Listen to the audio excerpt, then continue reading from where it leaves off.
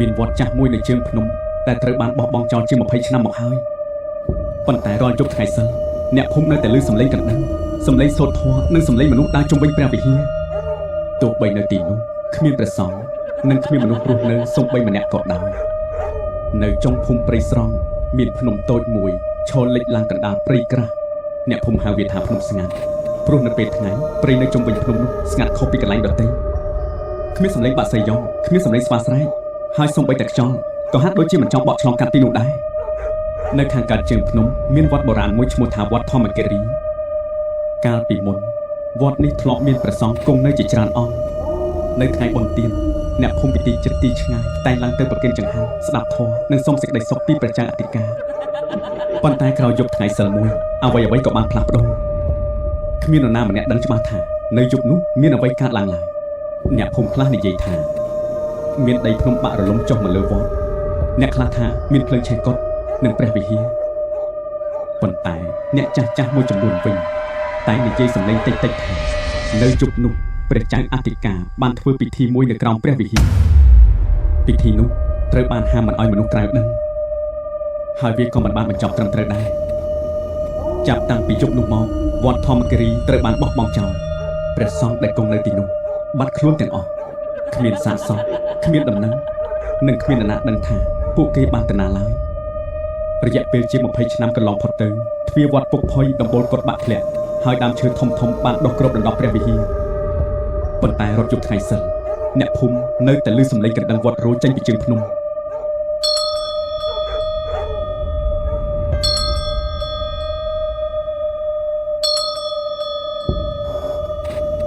ពេលខ្លះគេឮសំឡេងសូត្រធម៌បន្លឺតិចតាមខ្យល់ពេលខ្លះទៀតអ្នកដែលធ្វើដំណើរឆ្លងកាត់ជើងភ្នំពេលយប់តែងឃើញស្រមោលព្រះសង្ឃឈរជាជួរនៅក្រោមដើមពោធិ៍ចាស់នៅក្នុងភូមិនោះមានយុវជនម្នាក់ឈ្មោះវិចិត្រគាត់មានអាយុ24ឆ្នាំទើបត្រឡប់មកពីធ្វើការនៅទីក្រុងភ្នំពេញវិចិត្រជំនុំក្លាហានចូលចិត្តសាកល្បងរឿងថ្មីហើយមិនសូវជឿលើរឿងខ្មោចព្រាយឬអបិយជំនឿឡើយរាល់ពេលឮអ្នកភូមិនិយាយពីវត្តធម្មគិរីគាត់តែងសើចហើយនិយាយថាវត្តចាស់ទុកចោលយូរវាត្រូវតែមានសំឡេងឈើបាក់ឬខ្យល់បក់ហើយមនុស្សយើងឮអីបន្តិចក៏នាំគ្នាថាខ្មោចដែរ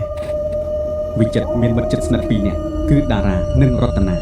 លីណំរបស់ពួកគេទាំង3បានអង្គុយផឹកកាហ្វេនៅក្រោមផ្ទះតារាដែលស្ថិតនៅមិនឆ្ងាយពីផ្លូវឡើងទៅភ្នំស្ងាត់មីប្រែពណ៌ក្រហមពន្លឺថ្ងៃចុងក្រោយបាញ់ចំកំពូលភ្នំខណៈដែលពពកខ្មៅធំចាប់ផ្ដើមរុញចូលគ្របដណ្ដប់ព្រៃរតនាសម្លឹងទៅភ្នំហើយនិយាយថាយប់នេះជាយប់ថ្ងៃសិលម៉ែខ្ញុំប្រាប់ថារាល់ថ្ងៃសិលគាត់តែងលើកកណ្ដឹងវត្តចាស់រោនៅម៉ោង12វិចិត្រសើចតិចបើគ្មានមនុស្សនៅតើអ្នកណាវាយកណ្ដឹងប្រហែលខ្សែវាចាស់ហើយខ្យល់បក់ឲ្យវារោទេតារាដែលអង្គុយស្ងៀមបានងាកមើលវិចិត្រដោយទឹកមុខមើងម៉ាត់កុំនិយាយមើលងាយកន្លែងនោះពួកខ្ញុំធ្លាប់ឡើងទៅវត្តធម្មគិរីកាលពី10ឆ្នាំមុនវិចិត្រត្រង់ងាកមកភ្លាមហើយគាត់ឃើញអីតារាដកដង្ហើមវែងមុនឆ្លើយថាគាត់មិនដែលប្រាប់ទេគាត់ត្រឡប់មកវិញទាំងអាវរហែកខ្លួនពេញដោយស្នាមក្រចកហើយនិយាយតែពាក្យមួយថាកុំបើកទ្វារកត់លេខ7រតនាលូកដៃចាប់កែវកាហ្វេជាប់ណែនបន្ទាប់ពីនោះពូគាត់បាត់សម្លេងនិយាយរហូតមកដល់សពថ្ងៃវិចិត្រឈប់សើចមួយភ្លែងប៉ុន្តែគាត់នៅតែមិនជឿគាត់យកទូរស័ព្ទឡើងហើយនិយាយថាបើខ្ញុំឡើងទៅថតវីដេអូនៅទីនោះមួយយប់ហើយមិនមានអីកើតឡើងពួកឯងត្រូវទទួលស្គាល់ថារឿងទាំងនេះគ្រាន់តែជាពាក្យចចាមអារាមរតនាក្រោបពីក្បាលភ្លាមកុំទៅជាពិសេសយប់នេះប៉ុន្តែការហាមឃាត់របស់មិត្តភ័ក្តិកាន់តែធ្វើឲ្យវិចិត្រចង់ទៅមើលនៅម៉ោងប្រហែល7កន្លះយប់គាត់បានត្រឡប់ទៅផ្ទះរៀបចំពិលថ្មសាកទឹកមួយដងកាំបិតតូចនិងទូរស័ព្ទដាក់ក្នុងកាបូបមុនពេលចេញជីដូនរបស់គាត់ដែលកំពុងអង្គុយស្លាធម៌នៅមុខផ្ទះបានមើលឃើញកាបូបនិងពិលនៅក្នុងដៃទៅណាទាំងយប់ថ្ងៃសិលជីដូនសួរវិចិត្រគិតភ្នែកហើយឆ្លើយថាខ្ញុំទៅជួបតារាបន្តិចមិនយូរទេជីដូនមិនបានឆ្លើយភ្លាមគាត់សម្លឹងទៅភ្នំស្ងាត់ដែលកំពុងលិចបាត់ក្នុងភាពងងឹតមួយសន្ទុះក្រោយជីដូននិយាយសំឡេងទាបថាវិចិត្របើយប់នេះឯងទៅចិត្តវត្តធម្មគិរីត្រូវចាំពាក្យនិយាយ3យ៉ាងវិចិត្រឈប់ជើងទី1បើឮអ្នកណាហៅឈ្មោះពីក្រោយកុំងាកមើលទី2 បើឃើញប្រសងឈប់បែកខ្នងត្រូវដើរចេញដោយស្ងៀមស្ងាត់ហើយទី3សម្លេងជីដូនញ័របន្តិចបើកណ្ដឹងរោ3ដងកុំឈរនៅក្នុងវត្តបន្តទៀតមិនថាឯងឃើញឬឮអ្វីក៏ត្រូវរត់ចេញភ្លាមវិចិត្រញញឹមដើម្បីកុំឲ្យជីដូនព្រួយខ្ញុំមិនទៅវត្តណាទេយីខ្ញុំទៅផ្ទះតារាគាត់ឡើងម៉ូតូហើយជិះចេញទៅប៉ុន្តែជំនួសឲ្យបត់ចូលផ្លូវផ្ទះតារាវិចិត្របានជិះត្រង់ទៅផ្លូវចាស់ដែលនាំទៅកាន់ជើងភ្នំស្ងាត់កាន់តែចូលជ្រៅផ្លូវកាន់តែចង្អៀតពន្លឺចង្កៀងម៉ូតូបាញ់កាត់ដើមឈើធំធំដែលមានមែកកោងដូចជាដៃមនុស្សកំពុងលូកចាប់នៅសងខាងផ្លូវគ្មានផ្ទះមនុស្សឡើយគ្មានសំឡេងសត្វ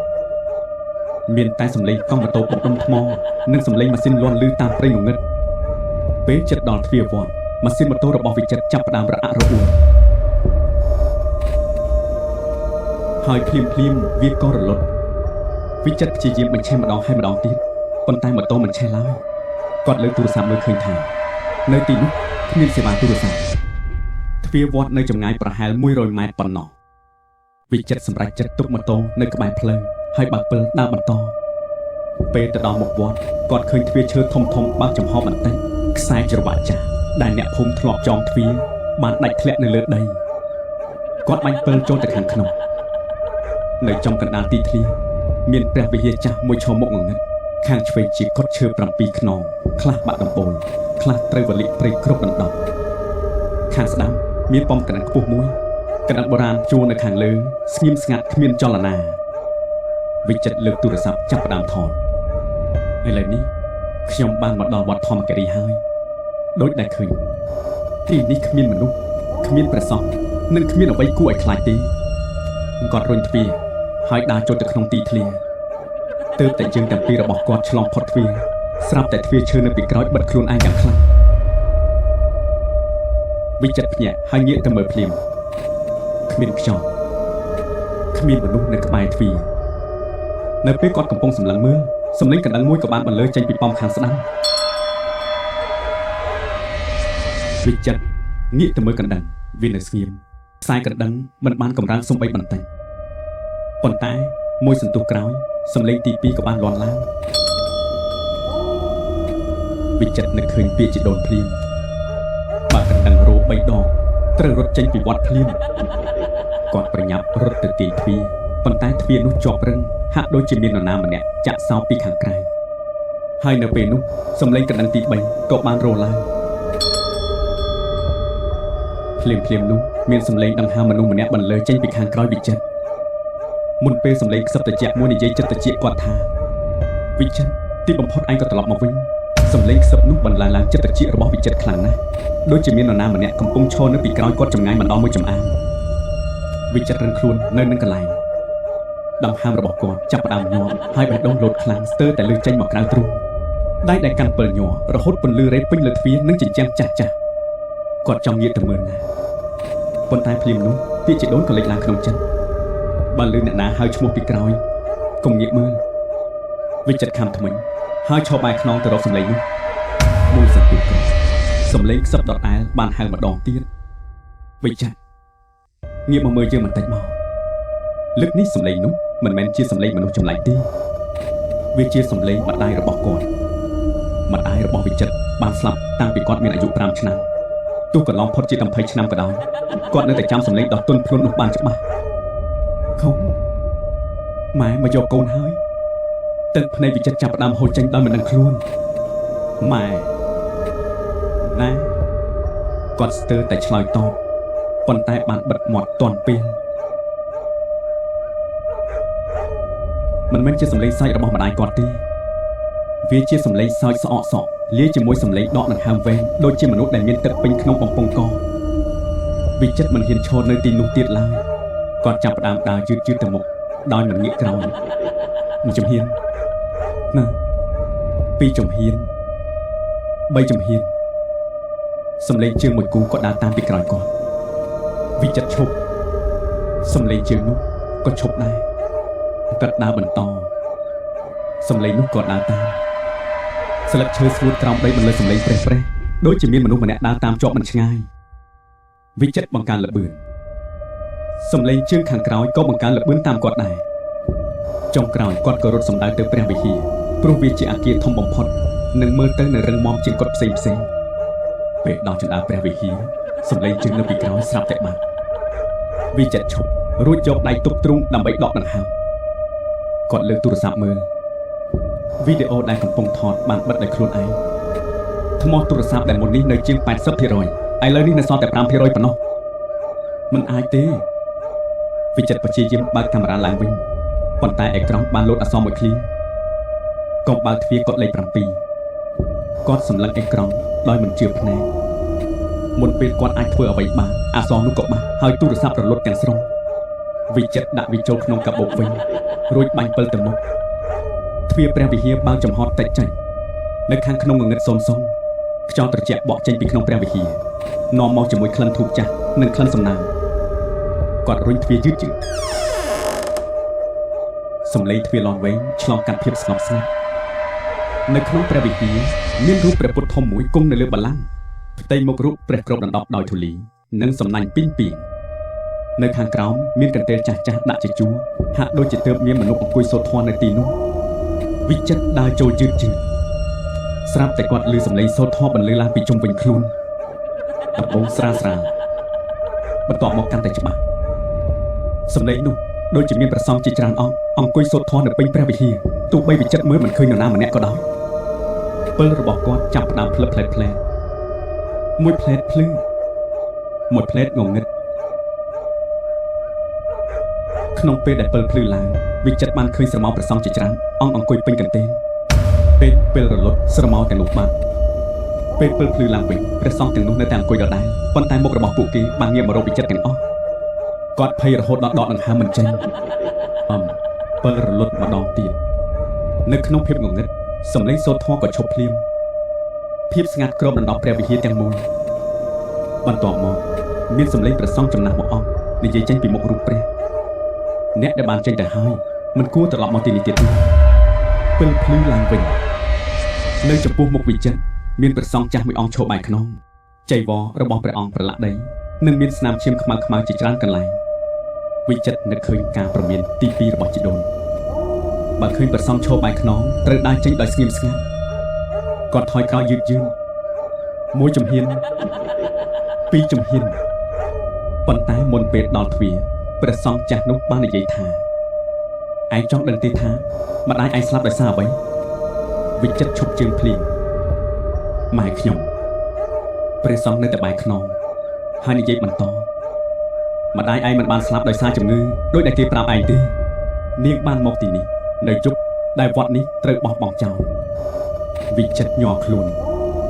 តាំងពីតូចជីដូនប្រាប់គាត់ថាម្ដាយបានស្លាប់ដោយជំងឺធ្ងន់គាត់មិនដែលឮនរណាម្នាក់និយាយថាម្ដាយធ្លាប់មកវត្តធម្មគិរីឡើយប្រតិជគុណជាអ្នកណាព្រះតេជគុណដឹងរឿងម្ដាយខ្ញុំដោយរបៀបណាព្រះសង្ឃចាស់លើកដៃយឺតហើយចង្អុលទៅខាងក្រៅព្រះវិហារត្រង់ជួរកត់ចាស់ចម្លើយដែលឯងចង់ដឹងស្ថិតនៅក្នុងកត់ចុងក្រោយវិចិត្រសម្លឹងតាមរៀមដៃនោះពន្លឺពិលបាញ់ចង្កត់មួយខ្នងដែលមានលេខចាស់សរសេរលើទ្វារលេខ 7វិចិត្របែរមុខត្រឡប់មករកព្រះសង្ឃវិញប៉ុន្តែព្រះសង្ឃចាស់បានបាត់ខ្លួននៅកន្លែងដែលព្រះអង្គឈរមានតែសម្បត្តិចាស់មួយដាក់នៅលើកន្ទេលវិចិត្ររើសវាឡើងនៅខាងមុខសម្បត្តិមានឈ្មោះរបស់គាត់សរសេរដោយទឹកថ្នាំក្រហមជូនចំពោះវិចិត្រដៃរបស់គាត់ញ័រខណៈបើកសម្បត្តិនៅខាងក្នុងមានក្រដាសតែមួយសន្លឹកនិងរូបថតចាស់មួយរូបថតនោះថតនៅមុខវត្តធម្មគិរីកាលពីជាង20ឆ្នាំមុននៅក្នុងរូបមានព្រះសង្ឃ7អង្គនិងស្ត្រីម្នាក់ឈរអោបក្មេងប្រុសតូចម្នាក់ចិត្តមើលស្ត្រីនោះហើយស្ទើរតែទម្លាក់រូបថតចោលនាងគឺជាម្ដាយរបស់គាត់ចំណែកក្មេងប្រុសក្នុងដៃនាងគឺជាវិចិត្រកាលពីអាយុប្រហែល4ឆ្នាំនៅខាងក្រោយរូបថតមានអក្សរមួយឃ្លាវិចិត្រត្រូវតែត្រឡប់មកវិញមុនយប់ថ្ងៃសិលទី21បើមិនដូច្នោះទេទ្វារនឹងបើកដោយខ្លួនឯងភ្លាមនោះសំឡេងទ្វារកត់លេខ 7ក៏បានបន្លឺឡើងពីខាងក្រៅវិចិត្របាញ់ពិលទៅមើលទ្វារកត់លេខ 7ដែលមុននេះបិទជិតឥឡូវកំពុងបើកជិតដោយខ្លួនឯងពីក្នុងបន្ទប់ងងឹតនោះមានសំឡេងក្មេងប្រុសម្នាក់យំតិចបន្ទាប់មកសំឡេងនោះបានហៅបងវិចិត្រជួយបើកប្រអប់ឲ្យខ្ញុំផង អរគុណបងប្អូនទាំងអស់គ្នាដែលបានចំណាយពេលស្ដាប់រឿងនេះរហូតដល់ចប់សាច់រឿងមិនទាន់បញ្ចប់នៅឡើយទេសូមរងចាំតាមដានភាគទី2ថាតើវិចិត្រនឹងជួបអ្វីបន្តទៀតកុំភ្លេចចុច Follow និង Subscribe ដើម្បីកុំឲ្យខកខានភាពបន្ទាប់